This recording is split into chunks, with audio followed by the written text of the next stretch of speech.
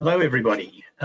My name is Paul O'Brien from Wypole Lawyers in Sydney, and I'm the chair of the AILA Twilight Seminar Organising Committee for New South Wales. And it's my great pleasure to welcome all of you to our seminar this afternoon on securities class actions. Where do we stand? Over the past 12 months or so, we've seen continuing and significant development regarding securities class actions in Australia, both substantively and procedurally. And the big issue is, what are those developments, and are they good or are they bad from the perspective of defendants and their insurers?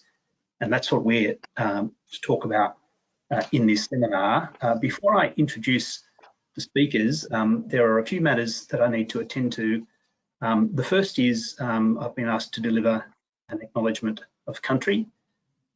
So I would like to acknowledge the traditional custodians of the land on which we work and live today, and recognise their continuing connection to the land, water and community, and pay our respects to their elders past, present and emerging, and extend that respect to any Aboriginal and Torres Strait Islander who is with us today.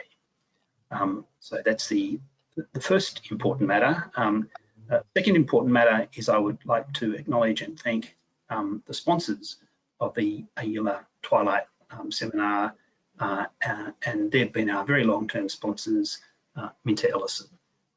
They've traditionally sponsored these seminars, and they've very generously made available their premises for these seminars, which are usually conducted in a face-to-face environment. Unfortunately, because of COVID, we can't do that, but we're very fortunate to have two partners of Minter's as our key speakers tonight, and I will introduce them more formally in a moment. I need to inform the audience that you've all joined this webinar in listen-only mode, which means that you're muted. If you'd like to participate by asking questions, and I would encourage you to do so, there's a questions pane, and please fill that in, and on your behalf I'll be able to direct those questions at the appropriate time to the speakers. I should also let the audience know that this webinar is to be recorded, and a link will be emailed to you the day after the webinar for viewing for a period of 2 business days thereafter.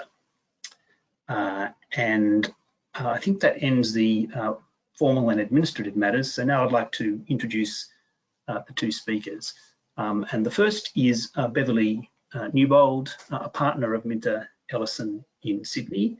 Beverley specialises in complex commercial litigation, including class actions, and Beverley is the head of the firm's national class actions practice. Beverley has conducted a number of class actions and a number of securities class actions, including those involving Estia Health, Billabong International and Bellamy's. And I think, as I mentioned, Beverley is the head of Minter Ellison's national class actions practice.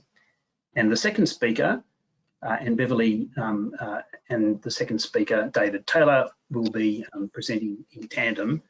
David is also a partner in the Sydney office of Minter Ellison. He's a commercial litigator who also specialises, amongst other things, in class actions. And David has been involved in securities class actions such as Estia Health and Bellamy's.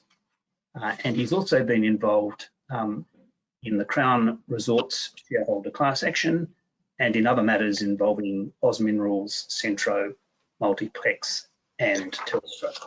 So we have a very experienced group of speakers here this evening, and I would like, without further ado, to invite them to the podium, so to speak, and to present the seminar. Well, thank you, Paul. That's a very kind introduction, and good afternoon to everyone here. I'd like to thank AILA for giving us the opportunity to present to you today. Today is a broad-ranging topic, and if you're a class action participant, whether a plaintiff lawyer, a class member, a defendant, an insurer, a lawyer representing a defendant, a lawyer representing an insurer, it's fair to say we live in very interesting times. The development of the landscape of class actions over the last 12 to 18 months has frankly been pretty remarkable. I used to say when I gave presentations to audiences that not a week would go by when we wouldn't see another class action being filed, and that really hasn't changed. But what has happened is that the pace of regulatory reform and the development of case law affecting both substantive and procedural aspects of class actions has significantly increased. So when we're posed with a question as to whether the climate now is better or worse for listed entities, their directors and their insurers, a large degree of care and I believe a degree of nuance must be taken in answering that question. Beverley and I are going to attempt today to traverse some of the more significant changes and developments and give our views on what this might mean for the industry and particular members of this audience. But we're equally keen to hear your views.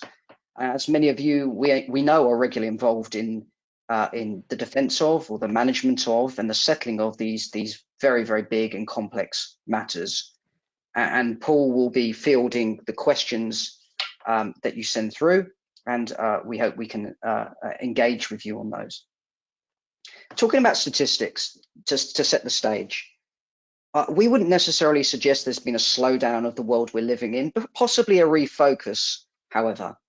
There are some 60 class actions filed in Australia per annum in the last 4 years, based on Professor Morabito's recent studies. And in the 4 years prior to that, so from 2012 to 2017, there was an average of approximately 32 per year. So there's no doubt the number of actions have increased per annum. And in the last 12 months, there's been about 69 or so actions filed. Interestingly, 11 of those filed in the 48 hours prior to the new funding regulations coming in, which we'll talk about today. The federal court still remains the jurisdiction of choice, 145 class actions filed in the federal court in the past 4 years. But there's been a sudden and relatively significant increase in filings in Victoria in the last couple of years.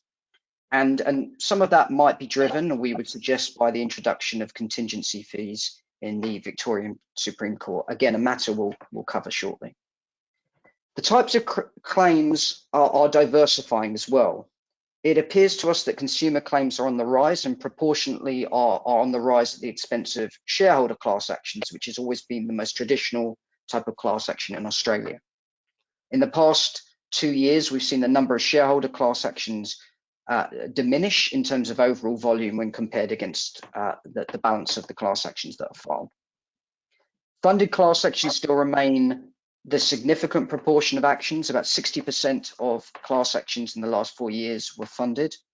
But we've actually seen a lesser involvement of funders in the last 2 years when compared to the 2 that preceded those. And there could be a variety of reasons which drive that, some of which we'll touch upon today. But we'd suggest that there's a degree of uncertainty around regulatory reform, which will affect funders. There's certain inconsistent judgments across jurisdictions, and there's also the emergence of contingency fees in Victoria, all of which no doubt will have played a part in downwards pressure of funder involvement. Don't get me wrong, funders are still very much active in Australia, but their involvement has diminished slightly. So we've got a lot of topics to cover today and a lot of matters which will be of interest to this audience. I'm going to pass over in a second to Beverley, who's going to talk about some of the more significant regulatory reforms. She's then going to pass back to me to talk about the recent judgment in Worley-Parsons and some of the lessons learned from that case. We're then going to talk about the multiplicity issue, which still remains in Australia, and some further developments in the regulatory and procedural space. And we'll end with some concluding observations. So with that, I might hand over to my partner, Beverley. Thank you, everyone. And I hope everyone's doing okay in what's starting to feel like a longer lockdown than we would all like. So as David said, one of the salutary features of the last 12 months or so has been quite a lot of regulatory reform. And so I'm going to talk about reform that has been made and also reform that is currently mooted or being considered, because it really does have it has had the effect, and I think will continue to have an effect on the class action, the pace, I guess, and dynamic of class action filings in Australia. Probably the one I wanted to talk about first was the changes to continuous disclosure obligations. So many of you will know that last year Parliament introduced what were then temporary changes to relax continuous disclosure obligations to enable companies and their officers to more confidently provide guidance to the market during the difficult time we all had last year, and specifically around COVID. Frydenberg said at the time it would shield directors from what he characterised as opportunistic class actions arising from inaccurate profit or growth forecasts. And as you'll recall, I'm sure the temporary changes introduced a test based on knowledge, recklessness, or negligence. So companies or their officers would only be liable if there had been knowledge, recklessness, or negligence with respect to updates on price-sensitive information to the market. That relief expired in March 2021. But in December 2020, the Parliamentary Joint Committee on Corporations and Financial Services recommended that the Australian government permanently implement those changes to continuous disclosure laws. In line with that recommendation, the government has introduced into Parliament the Treasury Laws Amendment Bill, and that seeks to permanently amend the continuous disclosure laws in the Corporations Act with respect to obligations under Section 674 of that Act. And it actually goes further. One of the criticisms of the temporary changes was that in introducing what I'll loosely call this fault element in relation to continuous disclosure obligations, you weren't achieving a great deal for so long as plaintiffs could commence actions under Section 104(1)H of the Corporations Act for misleading and deceptive conduct. And so the bill that's been introduced into Parliament for the permanent changes has sought to redress that by providing that companies and their officers will not be held liable for misleading and deceptive conduct in circumstances where the continuous disclosure obligations haven't been able to be contravened until the requisite fault element has been established. So this is helpful. The bill's before the Senate, it's not yet passed. And the second reading speech is fairly bombastic, talks about allowing business to pursue commercial growth without being impeded by legal actions that undermine capacity to focus on core operations, and emphasises the government's general deregulation agenda. But it's not entirely clear, that said, about how all of this will have an impact. To begin with, there's an unclear period between the expiry of the temporary changes in March and whenever this bill becomes enacted. It's not clear whether the bill, certainly its terms don't appear to have a retrospective effect. So there is potentially a few months where there is no fault element with respect to continuous disclosure obligations. I don't think anyone would disagree that the changes are welcome. I wonder whether it will really do much other than knock out some of the more egregious hindsight-based securities class actions. You can see how plaintiffs could probably reformulate their cases to be based around negligence at the very least. And you can see elements of this in the way that plaintiffs tend to prosecute misleading and deceptive conduct cases. Whether or not they succeed on those claims habitually turns on the question of whether a forecast or a guidance had a reasonable basis. And there's only really a short conceptual step between a forecast or guidance having no reasonable basis and then a negligently given forecast. And we also know how well plaintiffs' law firms, well cast, honestly made errors in judgment as negligent with the benefit of hindsight. So yet to be seen about the effect of all of this. I should note, just for completeness, that ASIC retains its ability to prosecute listing entities under Section 674, regardless of the state of the mind of the company. So obviously we haven't seen much of that, but that possibility remains. The other probably key regulatory change last year arose from the Corporations Amendment Litigation Funding Regulations 2020, or what we call the CARF regulation. By that regulation, a litigation funding scheme entered into on or after 22 August 2020 will be considered a financial product under the Corporations Act. And the upshot of that is the funder will have to obtain an AFSL and comply with related obligations under the Corporations Act. The litigation funding scheme itself will be considered a managed investment scheme and will need to be registered under the requirements in Chapter 5C of the Corporations Act. And everything will be subject to the anti-hawking provisions. There's only been one decision so far about the application of that regulation, and that was in the cattle trade export ban class action against the Commonwealth.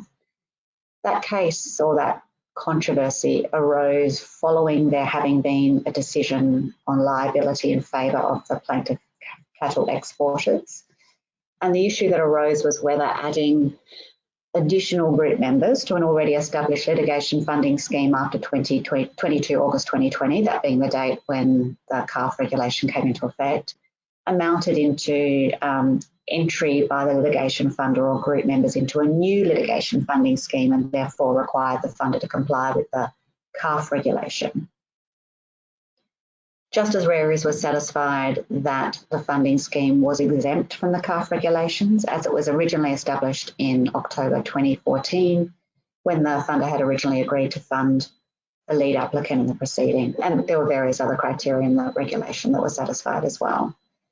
So as a result, the judge thought that the issue of any new interests by adding additional group members after 22 August would have already been in the well-established litigation funding scheme that had been created before 22 August 2020. It wasn't a very seriously contested issue. Both the plaintiff and the defendant urged a similar construction of the regulation, and the fact that the defendant was actually the Commonwealth which enacted this regulation might have carried a bit of weight, although I'm sure Justice Reris wouldn't necessarily agree. But there are perhaps some more interesting cases to be decided on this. There are at least 2 respondents to class actions that have brought separate proceedings against the funder of those class actions alleging non-compliance with CARF regulations. Neither are securities class actions, but they're obviously going to be relevant to how those are funded, so they're worth touching on. The first is UGL, which has, on the receiving end of a class action by 2 unions, brought on behalf of casual workers alleging that they were underpaid by UGL. UGL has commenced proceedings against those 2 unions, claiming that in funding the class action, they contravened the CARF regulations by entering into funding arrangements on and from 21 December 2020 without having obtained an AFSL and without having registered the funding of the class action as a managed investment scheme. And then the second one is one in which Minter Ellison is acting. Stanwell Corporation Limited is a respondent to what is known as the Queensland Energy class action. That's a class action brought by electricity consumers who allege Stanwell and CS Energy misused their market power by engaging in gaming strategies that artificially inflated electricity prices. And Stanwell, for whom we're acting, has commenced proceedings against the funder and the lead applicant, seeking declaratory relief that the funding constitutes a financial product and is an unregistered managed investment scheme, as well as injunctive relief restraining the funder from engaging in continued contraventions of the Corporations Act. And that matter is due to be heard in mid-September before Justice Beach. Funders obviously are deeply unhappy about these regulations. While some had already obtained AFSLs, they weren't always commensurate with the needs of retail clients who make up class members in many instances. And with the extra overlay of having to register a managed investment scheme, that is quite a lot of administration cost and compliance. ASIC has very recently, I think within the last couple of weeks, released a consultation paper on litigation funding schemes aimed at making things a bit easier for funders. It's given its own view on when a funding scheme is a managed investment scheme, and that includes both closed class actions and open class actions, where the fund or some of the general members have made a contribution of money or money's worth. And ASIC has also weighed in on the question of when a scheme commences, and for ASIC it's when the relevant contributions of money or money's worth are made and the members cease to have day-to-day control, not turning on commencement of the proceedings. ASIC's also given some views about who are members of a managed investment scheme. I mean, generally group members, obviously, but also interestingly, potentially the lawyers representing the members, where they've agreed to defer payment of all or part of their fees in return for an uplift. And if anyone was wondering, not ATE insurers, as the arrangements, certainly in ASIC's view, are too far removed from the scheme for the insurer's premium to be considered a benefit produced by the scheme. And the sorts of relief ASIC has set out in that include relief against having to provide some specific dollar amounts and PDSs, and which actually is commensurate with existing relief. However, interestingly, ASIC has indicated it doesn't propose to remake relief that would extend to the application of the National Credit Code, and also potentially non-renewal of relief relating to conditional cost schemes, and I'll talk about that a bit later. If anyone hasn't already commented or want to, by the way, comments on that consultation paper conclude on the 20th of August. So I touched on conditional cost schemes, and obviously that is related to, I guess, another very significant development of the last 12 months, which is the effectiveness of Victoria's permission to allow claimant lawyers to charge contingency fees. So as I'm sure most of you know, under what was quite hotly debated amended legislation, a claimant who files a representative proceeding in the Supreme Court of Victoria can make an application to the court for a group costs order, meaning that their lawyers' fees can be paid on a contingency basis, with all those costs to be shared by all group members, with the court then to make an assessment as to the percentage amount to which their lawyers are entitled. As I'm sure everyone knows, contingency fees remain prohibited in all other Australian jurisdiction. David alluded to the fact that we have seen rather an uptick in filings in the Victoria Supreme Court, and there's really no doubt that a lot of those are driven by plaintiffs' law firms, in particular Slater and Gordon, Morris Blackburn, and we think Shine, taking advantage of these changes. They are presenting some interesting issues. It's early days, but there's an ongoing question of when the proceeding is commenced, it's not subject to a group cost order. So you've just got a standard representative plaintiff with potentially no means, not backed by a funder, but rather having a law firm working on a no-win, no-fees basis until a group cost order can be obtained. What happens to the protecting the defendant's position in relation to security for costs in the meantime has been the subject of some toing and froing, and certainly some of the actions we're acting on. Also interesting questions about where a class action includes group members in Victoria, as well as jurisdictions which prohibit the payment of contingency fees, how or whether those group members should ultimately be treated differently. But the key question really is,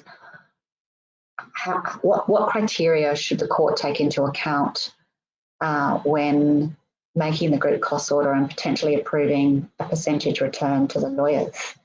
The relevant provision simply says that the court can make the group cost order if it's satisfied that it's appropriate or necessary to ensure that justice is done in the proceeding. This has been the subject of 2 hearings in June, Crawford versus ANZ and Fox versus Westpac, both before Justice Nichols of the Victorian Supreme Court. Morris Blackburn took the view in the Crawford case that the relevant benchmark should be what class members would get if the proceeding were funded by a litigation funder, with the added overlay of lawyers' costs being subtracted from an ultimate settlement sum, and contended that a position where it was seeking 25% fee or 25% of the settlement or judgment as a fee, that was a better outcome for group members because that was not unlike funders' commissions, but you didn't have the extra subtraction of lawyers' costs. The contradictor appointed by the court argued that that wasn't the right comparator. Actually, the comparator was the existing arrangement, namely that Maurice Blackburn was acting on a no-win, no-fee basis. And that was the best outcome for class members, and that should be the comparator benchmark as a result, and thus no group cost order should be made. Justice Nichols seemed to have a bit of difficulty with both ideas. She thought that actually one should just come down to first principles. The new provisions are introducing a whole new remunerative regime and weighing of risks and rewards. Precisely how she's going to resolve that, obviously yet to be seen. But, you know, I think we can unequivocally say that we will see an increase in the number of proceedings being backed solely by plaintiff law firms and in Victoria. I did refer to the fact that contingency fee arrangements are exempt from the requirements of the CARF regulations. That certainly the Parliamentary Joint Committee that produced a report in December 2020 wasn't sure that that was an appropriate outcome given the relative similarity between a contingency cost scheme and a typical funding arrangement. So one of the recommendations was that the Australian government investigate the application of the CARF regulation to lawyers on a contingency fee basis, and indeed even on the basis where they are paid along the way by a funder but seek to derive a 25% uplift at the end depending on the outcome, which is quite a common arrangement. Obviously not a popular suggestion among plaintiffs' law firms.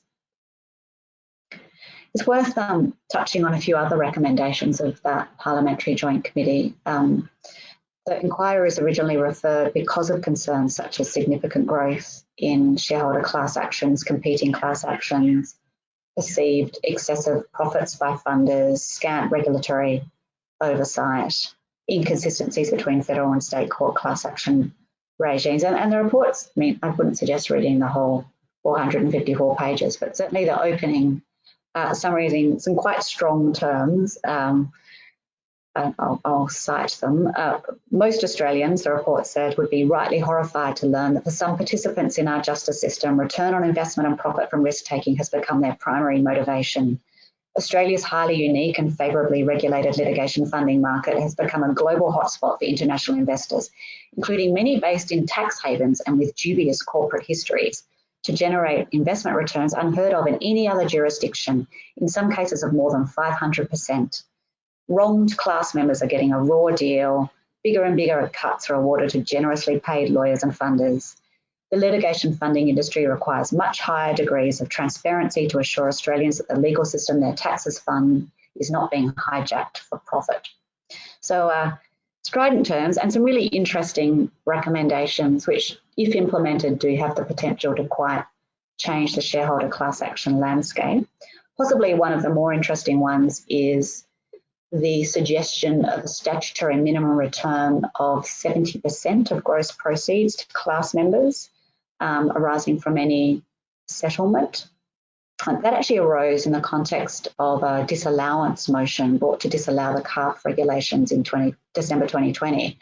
And in that context, of all people, Pauline Hanson suggested that funders could be exempt from the CARF regulation if they guaranteed a certain minimum return to class members. Certainly funded class actions, at least during the period from 2013, have a median return of slightly more than 50% as a general rule. In unfunded matters, the median return is closer to 85%. So you can see how the debate has arisen. The Parliamentary Joint Committee recommended that there be consultation on the best way to guarantee a statutory minimum return on the gross proceeds of a class action, including obviously settlements, including whether a minimum gross return of 70% to class members is the most appropriate floor, or whether you have some kind of graduated approach taking into consideration the risk, complexity, length and likely proceeds of the case. In May 2021, the Treasury released a media statement stating consultation on a guaranteed rate of return would be conducted by Treasury, and that consultation paper was released in June, with consultation concluding at the end of June. Generally speaking, I'd say the overwhelming submissions would be that it's, or at least the ones that I've read, oppose the introduction. There's some concern about whether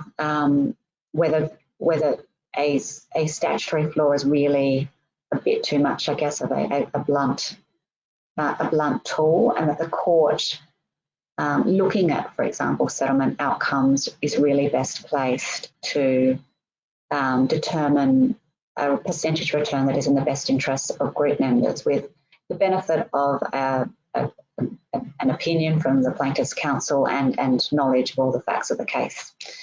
And not surprisingly, funders have broadly taken the same view.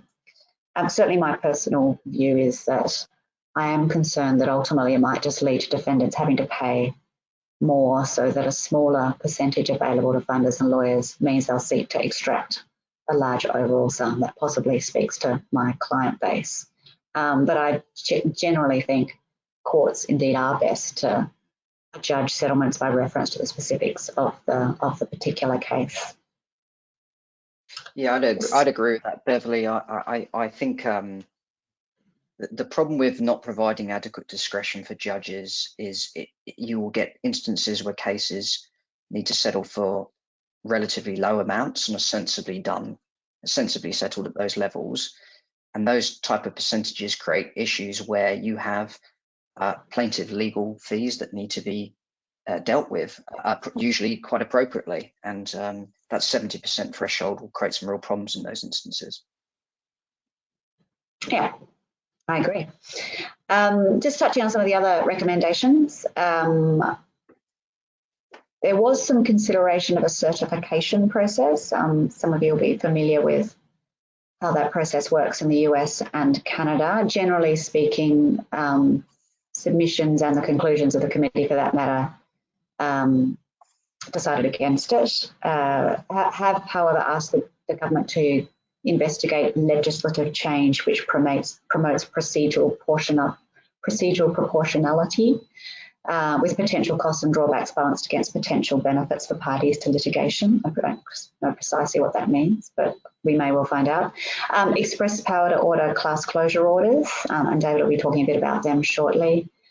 And a lot around court approval of litigation funding arrangements. So requirements potentially that funding agreements be governed by Australian law, and express changes to the Federal Court Act that the Federal Court of Australia approves a funding agreement only if the funder submits irrevocably to the jurisdiction, the ability of the court to make cost orders against funders,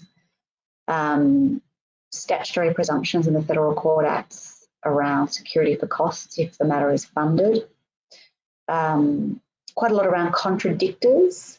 So litigation funding fees, assessors being appointed as referees payable by the funder, and presumptions for appointment of contradictors in a variety of other potential matters, including, for example, where there might be a conflict in the positions or the interests of group members where some have signed up to a funding agreement and some have not, or where you have a situation which is very, very common in securities class actions around late registrants who have failed to comply with registration deadlines, or whether or not they should be included or excluded, applications for common fund orders or funding equalisation orders, or where solicitors, the plaintiffs, are proposing to be administrators of a settlement distribution scheme. Quite a wide array of proposals for contradictors. Quite a lot more potentially before the court on settlement approval applications. I think my favourite extra requirement is a proposal that the amount of corporate tax paid by the funder in Australia for the previous 3 financial years be disclosed as a part of any settlement approval application. And then several around conflicts of interest, better and further disclosures to class members, to the federal court itself, amendments to the legal profession rules to prohibit solicitors and barristers from having a financial interest in funders, or even potentially repeated use of funders by law firms and vice versa. So look, several of these are suggestions rather than things which have been seized upon by the government so far, but potentially have the could change things quite considerably. I'll now hand back to David, who's going to talk a little bit about the Worley-Parsons decision. Thanks, Beverley. So, as well as this very significant regulatory reform that Beverley's been walking through, we've had a really interesting 12 to 18 months. You know, a couple of years ago, it would be common again for me to start these presentations by saying that the class action system has been in place since the early 90s, and we've still not had a judgment in a shareholder class action. And Blink and now two have come along. So the world has progressed. Those two, of course, being the Maya judgment delivered by Justice Beach, and then slightly more recently, the Worley-Parsons judgment delivered by Justice Gleeson, now at the High Court. And I'm going to touch a little bit on Worley and what it means for respondents and their insurers. But most relevantly for Worley, not only is it only the second shareholder class action to go to full judgment, but was fully and successfully defended. It is subject to appeal, but it was fully and successfully defended at first instance. So in talking about Worley, it's probably helpful just to set the groundwork for a few of the key facts that led to the case and the allegations and where it washed out.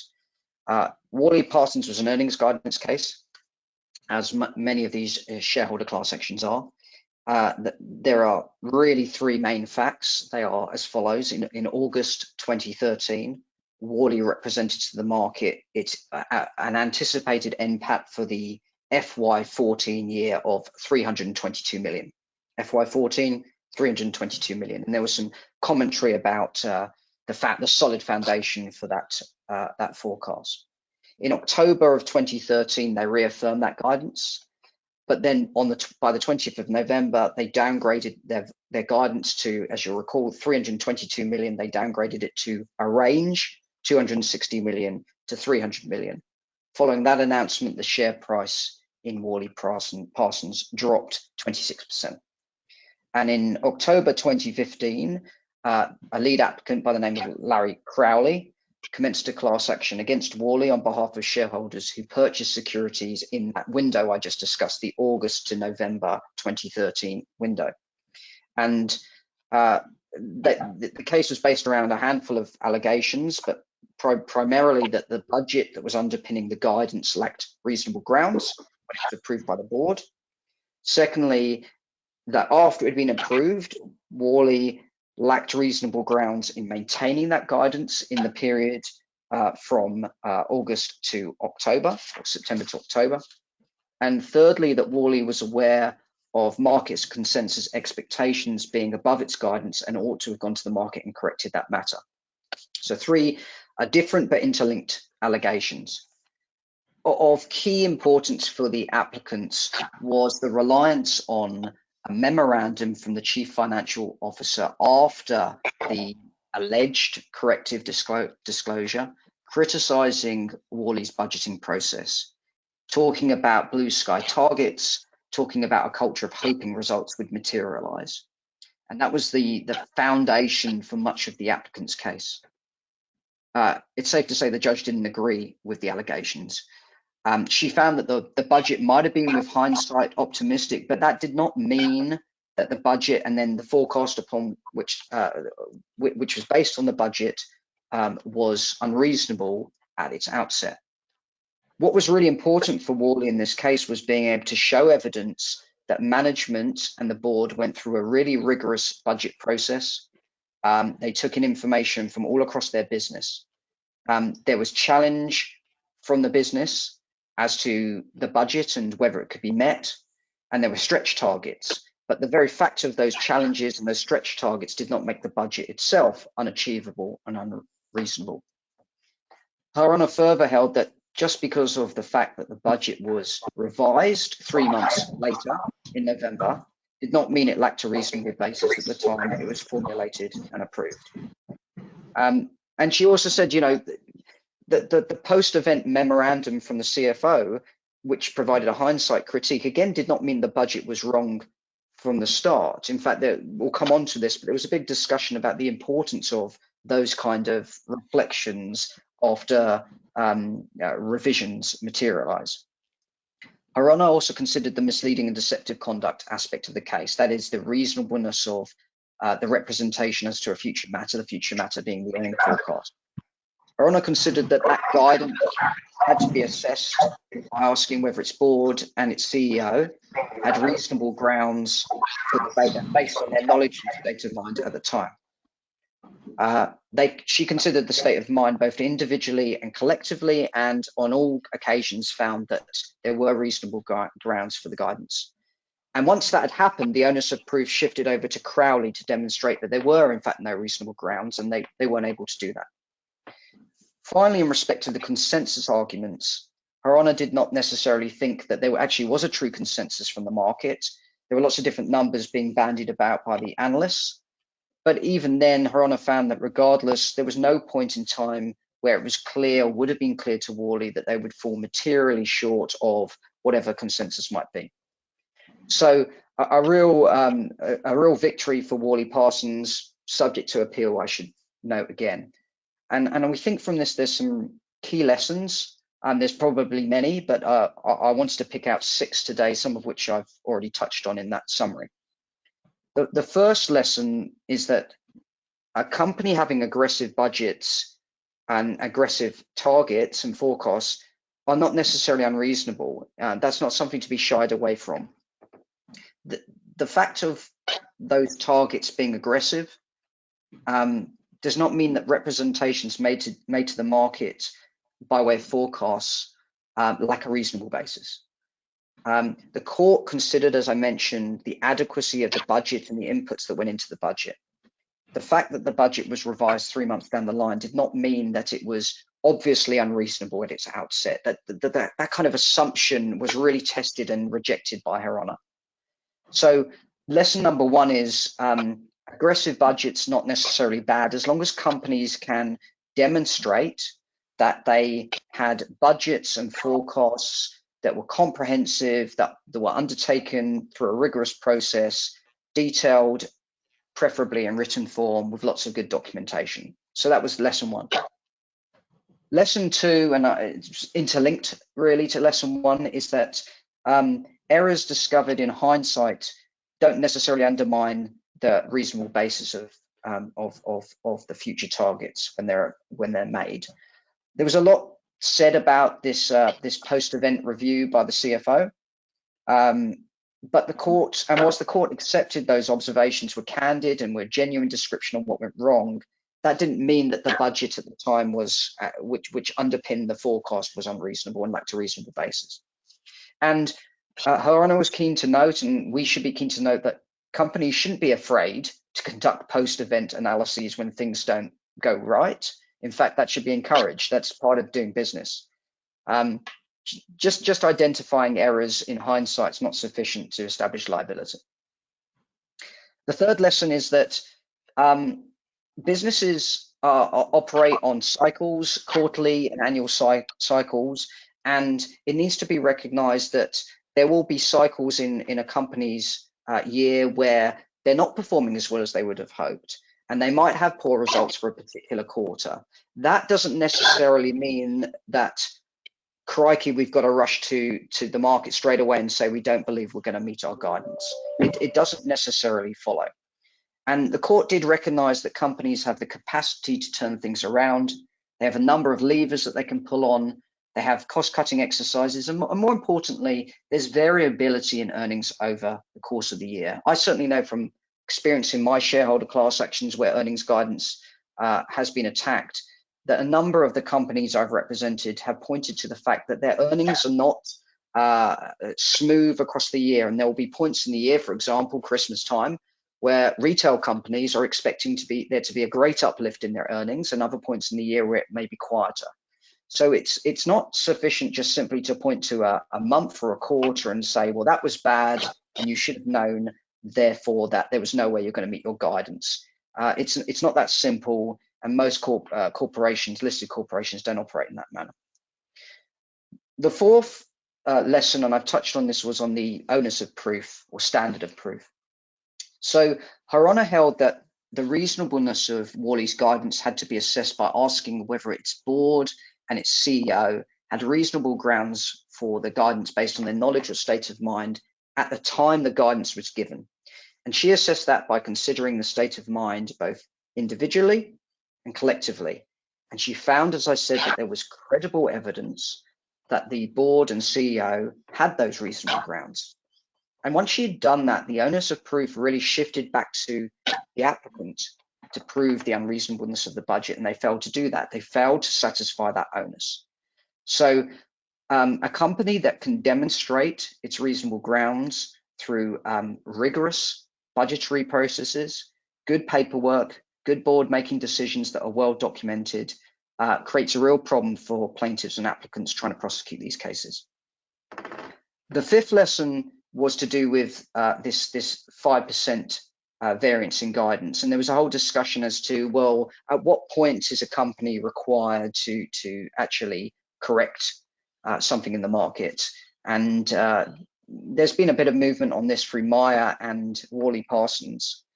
But in Worley, Her Honour found that a variance of 5% of guidance may have been sufficient to require a corrective disclosure to the market.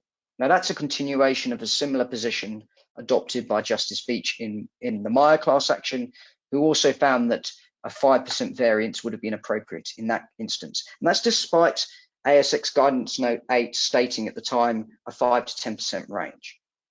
So both of those cases have noted it's a case-by-case assessment. In my mind, the real issue that will determine whether it's a 5% move from guidance, 6% or more, will be the liquidity of the stock. How much is it traded?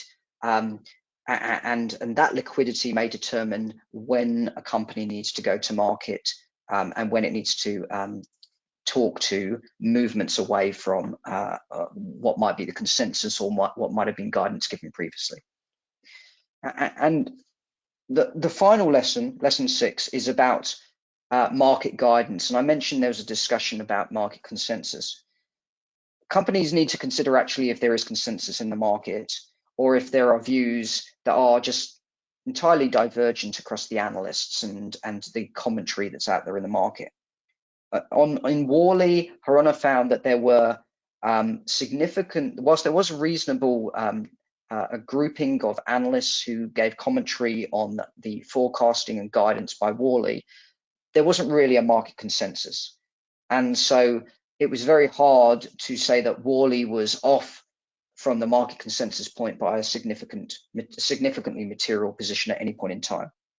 Now, again, that might contrast with the Meyer case, in which His Honour actually did find that there was consensus, and much of his judgment went to, well, what was the consensus, and did that consensus reflect actually where Meyer was tracking? And what was very interesting about the Meyer case, as many of this audience will know, is that His Honour believed that market consensus reflected something different to what Meyer had said, something significantly different to what Meyer had said, and that Meyer had been too optimistic in what it had said, whilst the market had provided a consensus view that was slightly more pessimistic and actually reflected the reality of Meyer's situation, which led to Meyer not needing to correct the market. So consensus, divergence of interest, difficult things to grapple with in these cases, and it may not always be the case that there is a point that can be looked at to say, well, this is the consensus for the forecast of the market. So a range of important lessons coming out of Worley Parsons.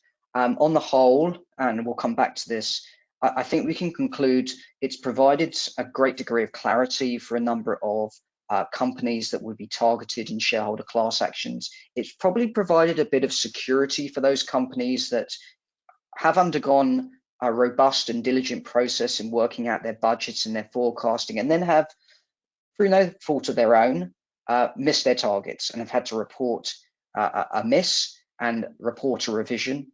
And the market has appropriately reacted negatively, but that doesn't necessarily mean that the company had previously misled the market, as has always been the traditional assumption. Now, that's not going to stop these cases from being filed, because that point will still need to be proved by way of evidence and submissions, but certainly a positive development for respondents of cases.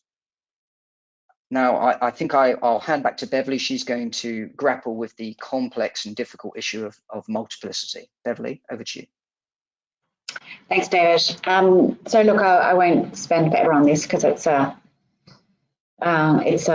multiply litigated story, and we're probably all familiar with how it's unfolded again over the last 18 months. But everyone will be aware of the phenomenon of more than one class action being filed against the same defendant with respect to the same conduct, and often entirely parallel allegations. We've seen it happen to BHP, AMP, GetSwift, Brambles, CBA, and they're just the ones where there are more than one action filed. There are also a lot happening behind the scenes where plaintiff law firms are working together to prosecute one proceeding with only one on the record, often with two funders, and with weirdly less transparency over the costs blowout that invariably incurs as a result. So continuing a problem. I think I've seen a stat published around 53 class actions having been filed in relation to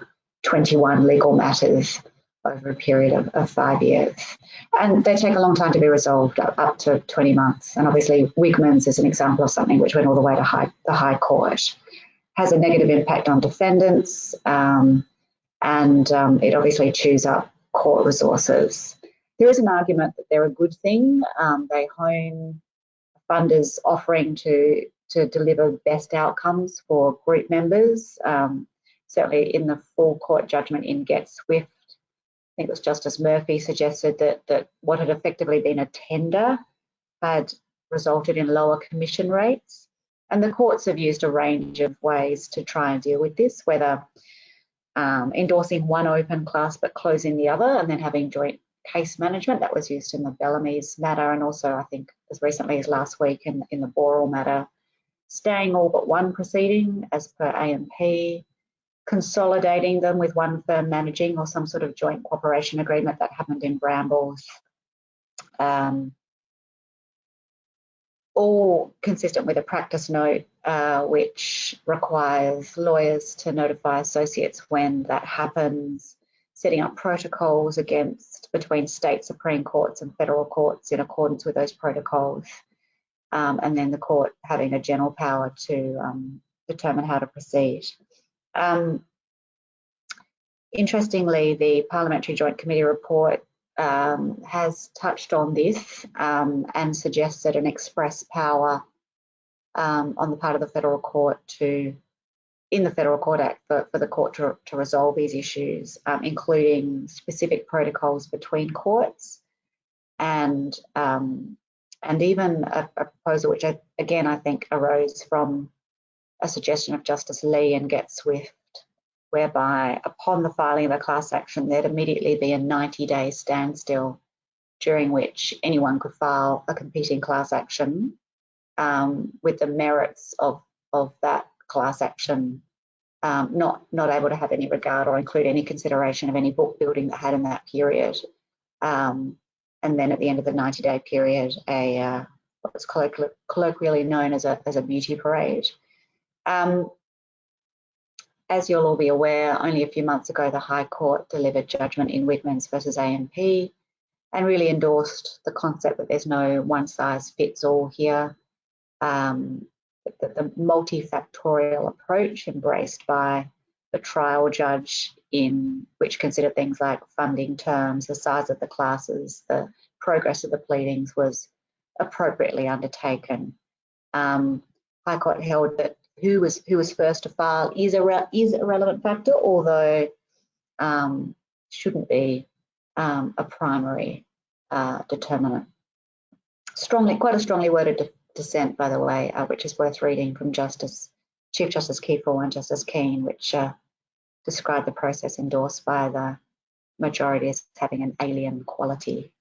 But I think we'll see more of these still. I have wondered, and David, I think you and I have discussed this, whether the increased regulation around class actions now might see a diminution in competing class actions. To begin with, there's quite a process to be undergone in order to register one's class action as a managed investment scheme. So rapidly pulling together a pleading and filing, which has certainly happened in many cases, might be more difficult. And it's a big investment for a funder to make in a world where it might not end up prevailing in relation to being the most attractive class action to proceed. So I have wondered whether we might see some slowdown in this phenomenon. David, I'll hand back to you for further procedural developments. Thanks, Beverley. So just a few final ones to touch on for this audience, many of which will be are familiar to the audience. The first is common fund orders. They've had a real run in the last 12 to 18 months in terms of developments.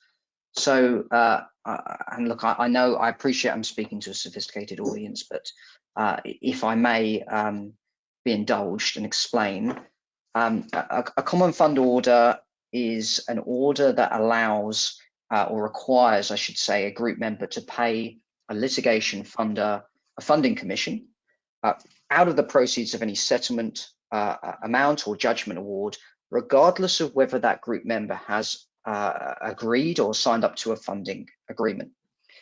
That differs significantly from other funding arrangements that have traditionally been out there. And indeed, the counter to a common fund order, a CFO, is often called an equalization order.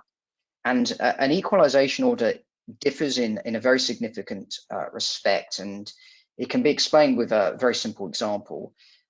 Assume that there's 100 people in an open class and 50 of whom have signed a funding agreement. And that funding agreement allows for the funder to take 20% of a cut of any settlement amount or judgment award. Under a common fund order, theoretically, a funder would seek an order that not just the 50, but the entire 100 each pay 20% of their return, whether that's settlement or judgment, to the funder. So obviously, in that scenario, very simplistically, they double their money. The funder doubles their return. Because instead of just getting from the 50 they've signed up, they get from the other 50 that also hasn't signed up. A group equalization order, or a cost equalization order as it's often called, is different in that a calculation is made as to what the amount of money is that the funder might have received from the 50 that have signed up to a funding agreement, and that amount is then spread or prorated, if you like, across all 100. So the funder doesn't get more, they just get the same amount, and each person pays a little bit less because it's spread across all. Now, stands to reason, common fund orders, since they were effectively approved in the Moneymax decision by the full court in 2016, have been very, very popular for funders. They make returns pretty significant, which means that you can prosecute more cases, they're more financially viable, but it also allows litigation funders to commence proceedings more quickly. And the reason for that is when you are required to sign up numerous individuals, you do that to ensure that a case is economically viable, and a funder will do that and plaintiff lawyers will do that before they commence. The benefit of the common fund order is you don't really need to do that as much. You can fire off your proceedings, you can seek a common fund order, and you can know you're going to take a cut, whatever percentage cut that is, from the entirety of the putative class. So book building and the importance of book building gets reduced greatly.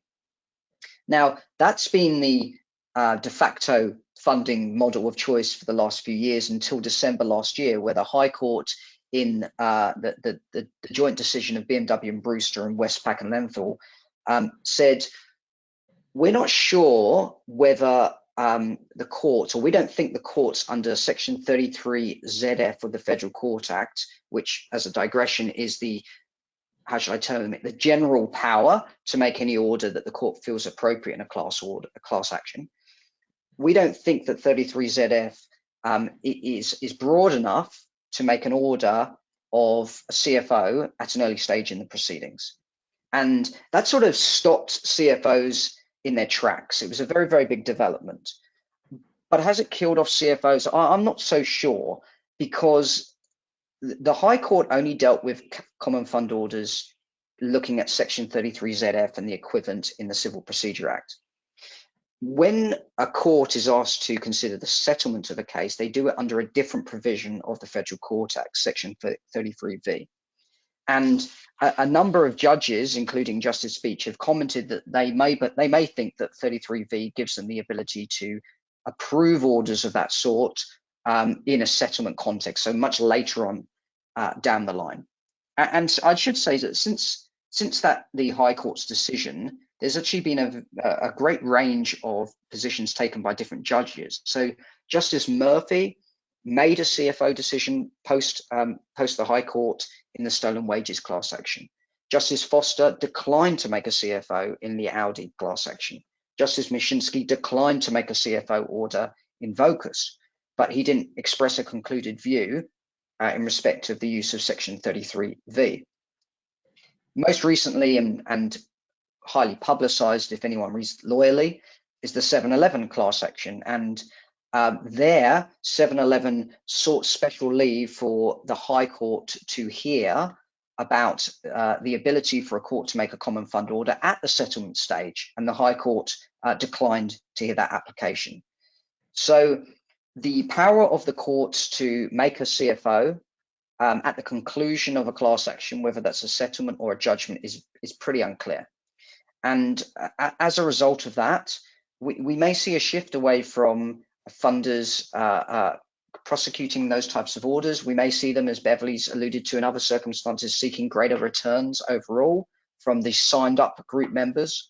There could be a whole range of outcomes. And that's got to be also considered in light of this emergence of the Victorian Supreme Court regime, which may again affect the funding of these actions. So that's common fund orders. The second big development has been in respect of class closure orders. Now, this is quite New South Wales specific at this stage, because the New South Wales Court of Appeal has released at least a couple of judgments regarding the ability for the court to make class closure orders at early stages in the proceeding. Now, just for clarity again, a class closure order is a pretty standard order that's always been sought in shareholder class actions in particular, which says to the court, the parties want to go and mediate. And the problem right now is the class is defined in an open manner, and it's unclear as to precisely what the composition of the class is. How many institutions, how many retail investors are in this class? And for the parties to sensibly mediate, we need to have certainty as to who's in the class, because that will give us certainty as to the boundaries of potential or alleged exposure. And that's been an agreed position, frankly, between both the plaintiff side and the defendant side, or the applicant and respondent side, for many, many years. But in the New South Wales Court of Appeal, in Hazelhurst's decision and in the Wigman's decision, the court concluded that it didn't like those orders. Orders barring potential group members at an early stage of the proceedings from participating forevermore was not something that was necessary to ensure that justice was done in the proceedings. And they also talked about the difficulty of class conflict and conflict between group members, I should say, for those that are seeking such orders against those that are, ultimately barred from participating in any settlement award or judgment amount should a class closure order be made. So New South Wales Court of Appeal have said no. Interestingly, that's not the same across all jurisdictions. And indeed, an action that Beverley and I have both been involved in, the Estia shareholder class action, which settled recently, Justice Beach actually found that he could make interlocutory class closure orders, and that he did have the power to do so, to assist in the settlement of such cases. And I'd encourage this audience to read that decision. So presently on the horizon, there's not a resolution to this debate. I'd say for defendants and insurers, the matter of class closure and the certainty that it provides is absolutely critical. Without it, respondents are left in an unenviable position of potentially not knowing whether the amount that they offer at settlement is the final amount, or having to provide some kind of contingency fund to fund any further individuals who might ultimately come forward to participate in a settlement or a judgment award. Conversely, for plaintiffs, they're nervous about taking on the risk of agreeing to a settlement sum, a lump sum to settle a case, and not knowing if after that agreement has been reached, a huge proportion of new group members who are eligible can come in to participate in receiving some of the returns of that fund, and thereby diluting the interests of all of the members who are presently in the fund. So a real state of flux. It might again lead to fewer, at least shareholder class action filings in the New South Wales jurisdiction. More seem to be heading down to Victoria due to this and a number of other factors. Finally, and very quickly, two other developments, or one development and one continuation. Very recently, there's been some case law development regarding the participation of foreign-based investors in shareholder class actions in Australia. This is concerning the BHP class action regarding the failure of their Brazilian dam back in 2015, the collapse of that dam, a real calamity. That class action was launched in 2018, and BHP brought an application to exclude foreign investors from participating in that action. Foreign investors made up apparently more than half of the group members as they could identify it. So economically makes sense for BHP to bring that application. They lost an appeal to exclude those foreign investors. That's the current state of the law, although they have filed an application for special leave, and that special leave application has yet to be heard. So that's a watch this space. My final observation would be, and it'll be very familiar to everyone on this call, we're continuing to see a great degree of cases emerging out of the Financial Services Royal Commission. I'm not quite sure, I'm not quite brave enough to suggest at this stage we've reached the peak of that mountain and we're on the downwards trajectory. There seems to be a huge number of cases being brought against superannuation funds and insurers, as well as banks offering insurance products and credit card insurance products. The Financial Services Royal Commission is obviously a very useful and fertile ground to pull together evidence to commence class actions, and I'm certainly not sure we've seen the end of that. So 3 or 4 trends there. Only one, I think, the common fund one, is likely to dampen the enthusiasm of funders in commencing these actions. The rest are probably more problematic from the respondent's side. So I think that leads to just some concluding comments before questions from us. I come back to the question that was posed at the outset, which is, what's the climate, and has it got better or worse for defendant companies, their directors, and insurers? I remain unconvinced that that's an easy answer to give. There's probably 3 ways, or three parts to that answer. One is to do with the funding industry and insurance industry. The second is to do with procedural developments. And the third is to do with substantive law. And Beverley, maybe I'll hand back to you to deal with insurance and funding. Yeah, I mean, I think the world has got harder for litigation funders because of the enhanced regulation, and because they now have a whole new field of competition in the form of plaintiffs' law firms, at least those which can commence proceedings in the Victorian Supreme Court. The foreshadowed legislation that would bring those plaintiffs' law firms within the scope of the CAF regulation will obviously potentially slow down enthusiasm for that particular method of funding, if that's how you want to refer to it. And indeed, actually, one of the recommendations I didn't mention, but it cropped up in the ALRC report of a couple of years ago, as well as the recent Parliamentary Joint Committee report, was actually to take jurisdiction to hear securities class actions away from the state courts, in the spirit of comity and easy resolutions to some of the, for example, competing issues. Again, if that happens, it might change the landscape. So I think if I'm a funder, I probably wouldn't be pulling out of Australia just yet. I suspect they'll get, after what will probably be a bit of a rocky road, they'll get their processes for registering investment schemes finally honed and able to be reproduced more rapidly and repurposed, obviously, as well. Probably an initial blip. I think the other interesting dynamic, which I suspect everyone on this call will know more about than I, but is the continued availability and size of Side C insurance coverage. I tend to act for companies, so all I hear is how little there is available and how much it costs, and the reasons for that are well understood. What we haven't yet seen is a pivot by plaintiffs to suing directors and officers in order to access Side A and Side B, which they're perfectly aware tend to be maintained by companies and maintained with much higher limits.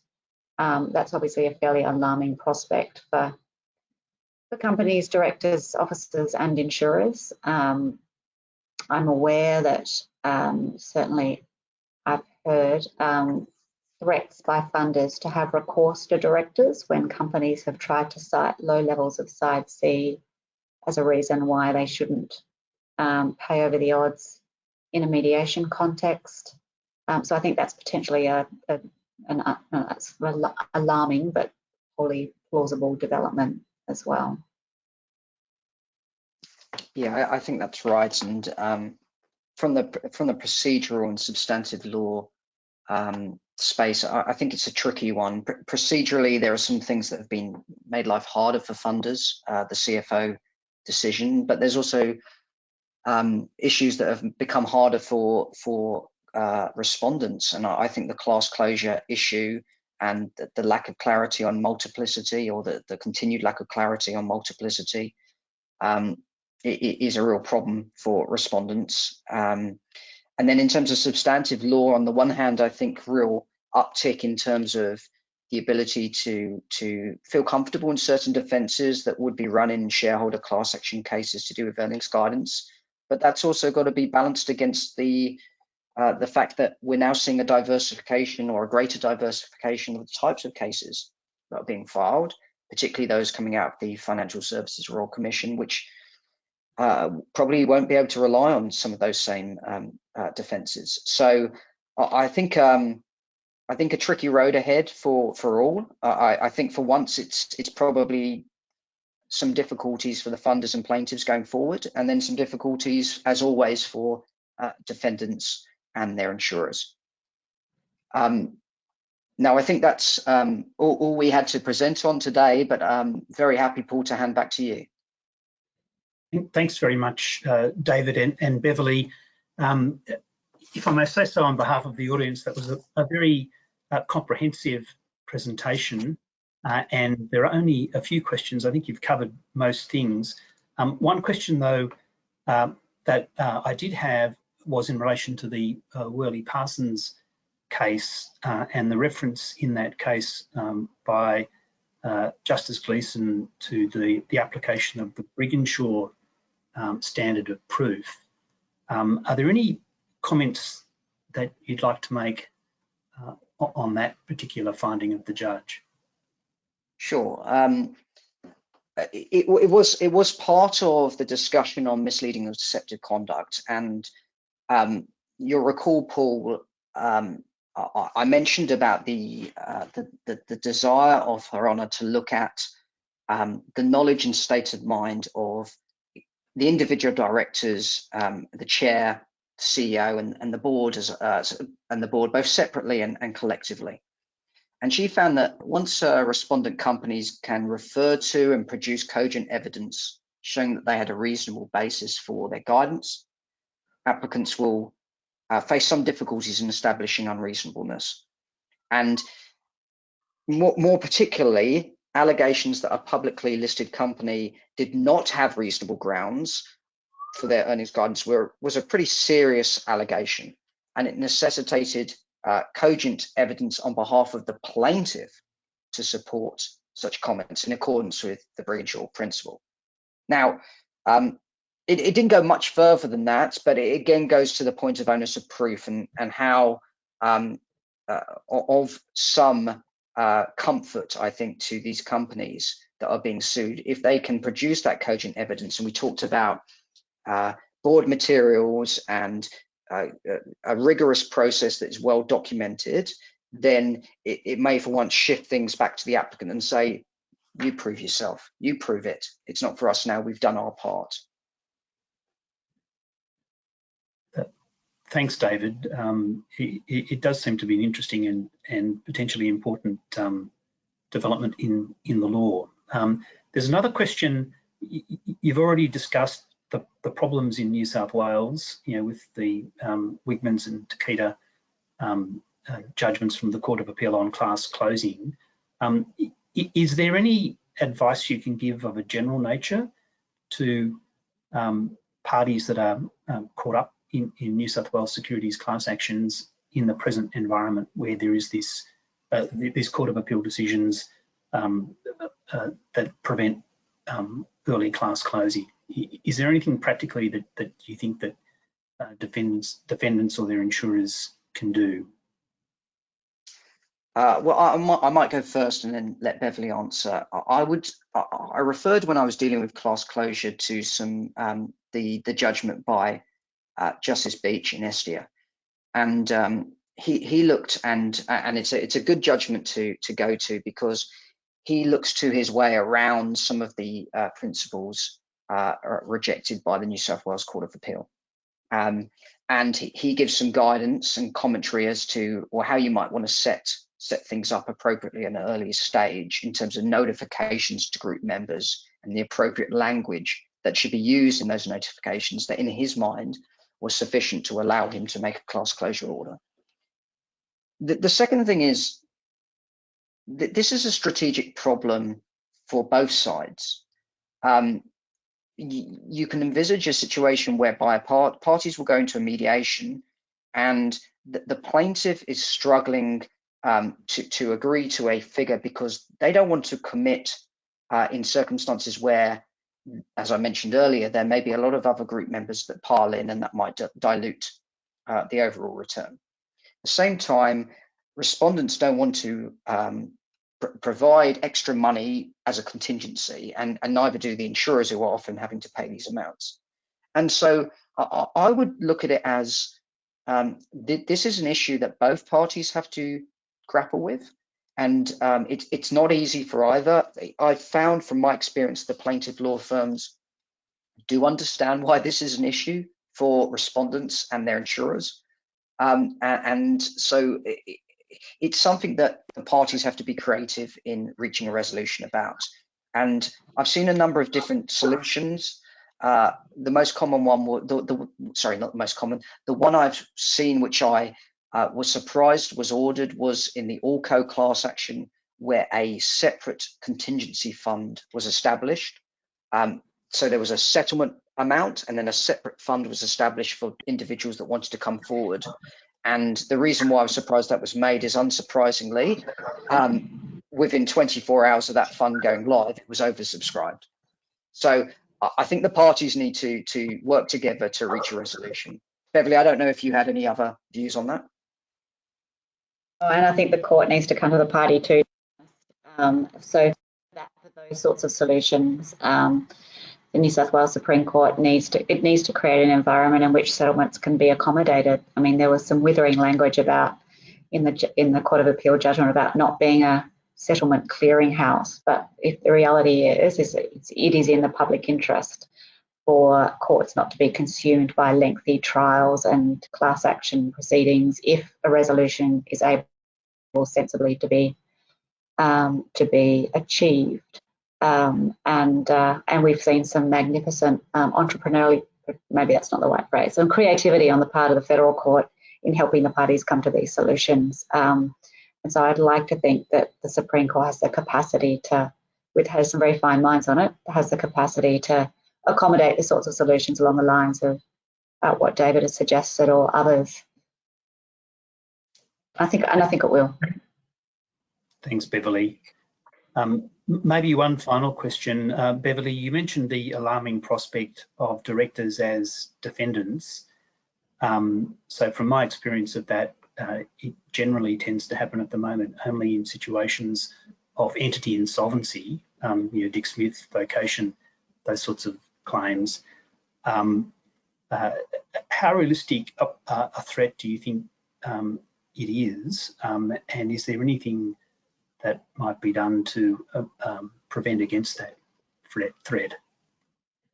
I think it's going to vary. I mean, if you're a ASX 200 company with a healthy balance sheet and cash reserves, all of which the plaintiff's lawyers will have carefully and the funder will have carefully investigated, I suspect that plaintiffs and funders will have some confidence that at the end of the day you'll cough up some cash reserves to pad out a settlement that has no side C contribution, because there is no side C, or limited side C contribution because there's not much side C cover. So I can see situations where the funders and the plaintiffs' law firms will take a bit of a punt that will happen, and frankly it probably will. No company acting properly will throw its directors and officers into the firing line, particularly if they're still directors and officers.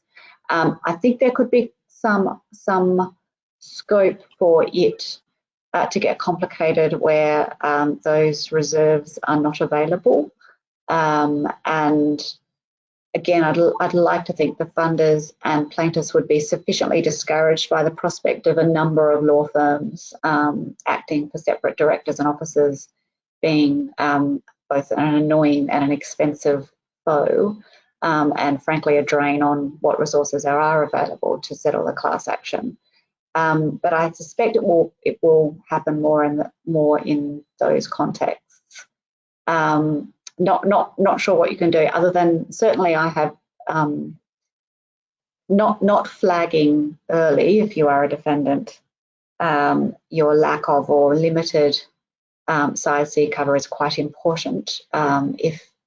If the action has been commenced against just the company, what you don't want as a plaintiff's law firm or a funder is to have to effectively start again a year and a half later after a mediation where you've deduced or been told that there isn't much insurance available and the company isn't inclined to tip much in. So I think keeping Sturm on what limitations there might be is important for defendants, and at least until there's a critical time passed that would make it impractical to join new defendants. And otherwise we can just hope that, I guess, we have some carefully targeted defendants who are able to ultimately contribute. Great. Well, unless there are any other questions, and I don't think there are, we might bring this session to an end. And once again, on behalf of the audience, I'd like to thank Beverley and David very much. If I must say so, it was a very impressive and a very comprehensive presentation. I know how much time, trouble and effort goes into the preparation of such a presentation, and the audience and Ayila are very grateful to both of you for that. So thank you very much. And all that remains then is for me to remind the audience to visit the Ayila website for upcoming webinars and events. On the screen in a moment, you might see some of those coming up.